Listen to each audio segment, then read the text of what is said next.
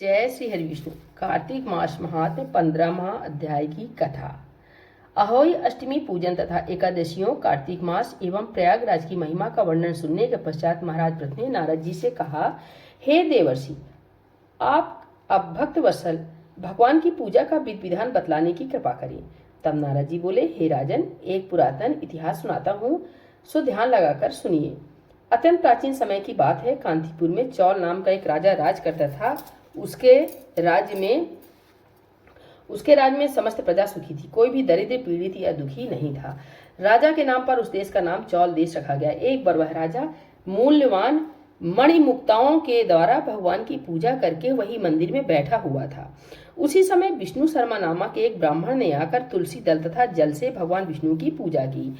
उसके तुलसी पत्रों से राजा की पूजा के मणिमुक्ता आदि ढक गए। यह देख राजा ने क्रोधित होकर ब्राह्मण से कहा, हे विष्णु शर्मा, तुमको पूजा का कुछ भी ध्यान नहीं है। मणिमुक्ताओं से की गई मेरी पूजा की शोभा को तुमने तुलसी दलों से ढककर समाप्त कर दिया है। राजा के अहंकार में भरे हुए ये कटु वचन सुनकर विष्णु शर्मा ने कहा, हे राजन, अभिमान के वशीभूत होने के कारण तुमने भगवान की पूजा के बारे में नहीं जानते हो। ब्राह्मण के यह वचन सुनकर राजा ने कहा, हे ब्राह्मण, तुम दरिद्री हो, इस कारण भगवान की पूजा क्या जानो। क्या तुमने कभी भगवान का कोई मंदिर बनवाया अथवा कोई यज्ञ आदि किया? अगर यही बात है तो मैं देखता हूँ कि भगवान की भक्ति करके पहले तुम स्वर्ग में जाते हो या मैं जाता हूँ।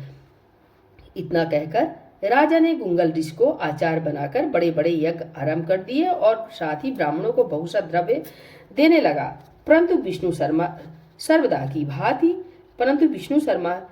की भांति माघ तथा कार्तिक मास के व्रत, तुलसी वन का रोपण, एकादशियों का व्रत कथा, ओम नमो भगवते वासुदेवाय मंत्र का सदा जप करते हुए भगवान की पूजा अर्चना करता रहा। वह उठते बैठते, चलते फिरते हर समय भगवान का स्मरण तथा कीर्तन करता रहता था।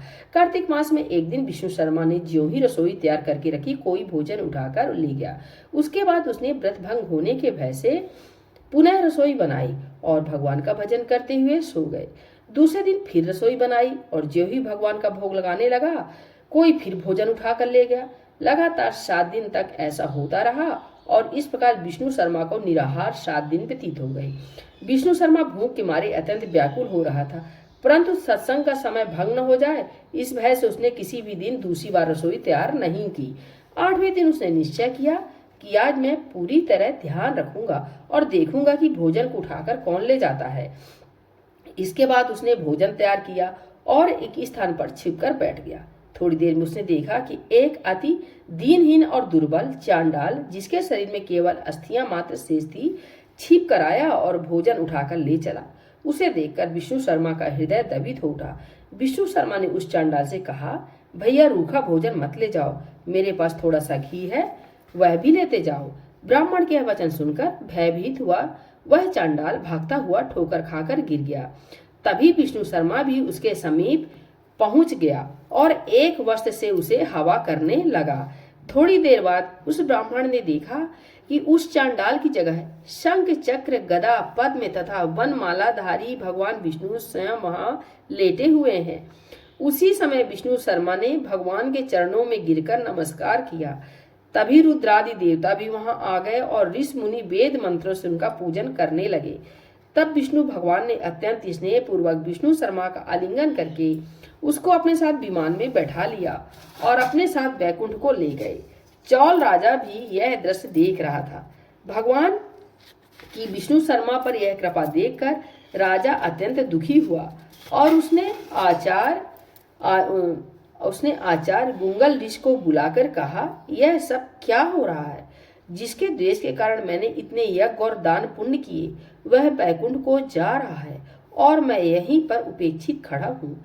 क्या मेरे यज्ञ और दान आदि सब निष्फल हो गए हैं? इससे यही सिद्ध होता है कि भगवान यदि यज्ञ से नहीं, केवल भक्ति से प्रसन्न होते हैं।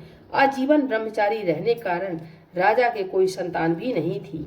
अतएव अपना संपूर्ण राजपाट, धन संपत्ति आदि अपने भांजे को सौंपकर भगवान मुझे इस तरह भक्ति प्रदान करें। ऐसा कहते हुए राजा यज्ञ कुंड में कूद गया। यह दृश्य देखकर गुंगल ऋषि ने क्रोध में आकर अपनी शिखा उखाड़ ली तब से अभी तक चौल देश में भांजा ही मामा का उत्तराधिकारी होता है और गुंगल गोत्र के ब्राह्मण आज भी शिखा अर्थात चोटी नहीं रखते हैं।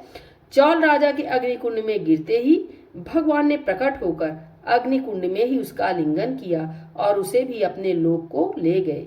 बैकुंठ में भगवान ने विष्णु शर्मा को पुण्यशील तथा चौल राजा को सुशील नाम देकर अपना द्वारपाल बना लिया और इस प्रकार वे दोनों हर समय श्रीहरि के निकट रहने लगे। इत 15वां अध्याय समाप्तम। बोलिए भगवान विष्णु की जय, श्री लक्ष्मी नारायण भगवान की जय, कार्तिक मास महात्म्य की जय। हर हर महादेव।